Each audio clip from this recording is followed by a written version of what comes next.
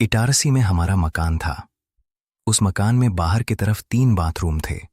2 bathroom तो बिल्कुल सामान्य थे, लेकिन दाईं तरफ वाला बाथरूम अलग था। उसके फर्श पर नीली टाइलें लगी थीं, इसलिए सब उसे नीली बाथरूम कहते थे। घर के बुजुर्गों का कहना था कि कई साल पहले उस बाथरूम में एक छोटी लड़की रहस्यमय तरीके से गायब हो गई थी। उसकी तलाश पूरे इटारसी में की, लेकिन उसका कभी पता नहीं चला। उस दिन के बाद से हर रात ठीक 12 बजे उस बाथरूम से अजीब आवाजें आने लगीं।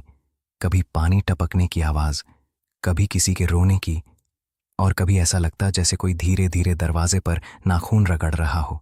खर्र खर्र खर्र। और कभी ऐसी आवाज आती जैसे किसी को बुला रहा हो, जू जू जू जू जू जू जू। लोग डर के मारे उस तरफ जाना छोड़ चुके थे।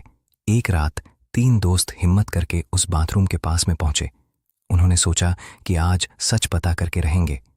जैसे ही घड़ी में 12 बजे नीली बाथरूम का दरवाजा अपने आप थोड़ा सा खुल गया। अंदर पूरा अंधेरा था। अचानक उनमें से एक लड़के ने देखा कि अंधेरे में 2 चमकती हुई नीली आंखें उसे घूर रही हैं। वह घबरा गया, लेकिन उसके दोस्तों ने कहा, डरपोक मत बन, अंदर चलकर देखते हैं।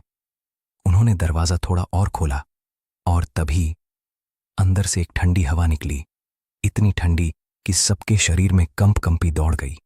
फिर अंधेरे से एक आवाज आई, जू जू जू जू जू जू छू। तीनों दोस्त डरकर भागने लगे, लेकिन पीछे से किसी के दौड़ने की आवाज भी आने लगी।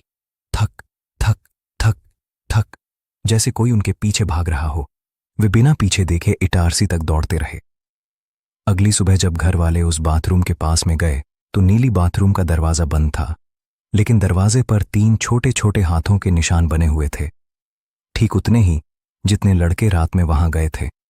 उस दिन के बाद उन तीनों दोस्तों ने कभी उस घटना के बारे में बात नहीं की, और आज भी घर के लोग कहते हैं, अगर रात के 12 बजे उस नीली बाथरूम का दरवाजा थोड़ा खुला दिखाई दे और अंदर से 2 नीली चमकती आंखें नजर आईं, तो भूलकर भी दरवाजा मत खोलना, क्योंकि हो सकता है वो तुम्हारा इंतजार कर रही हों।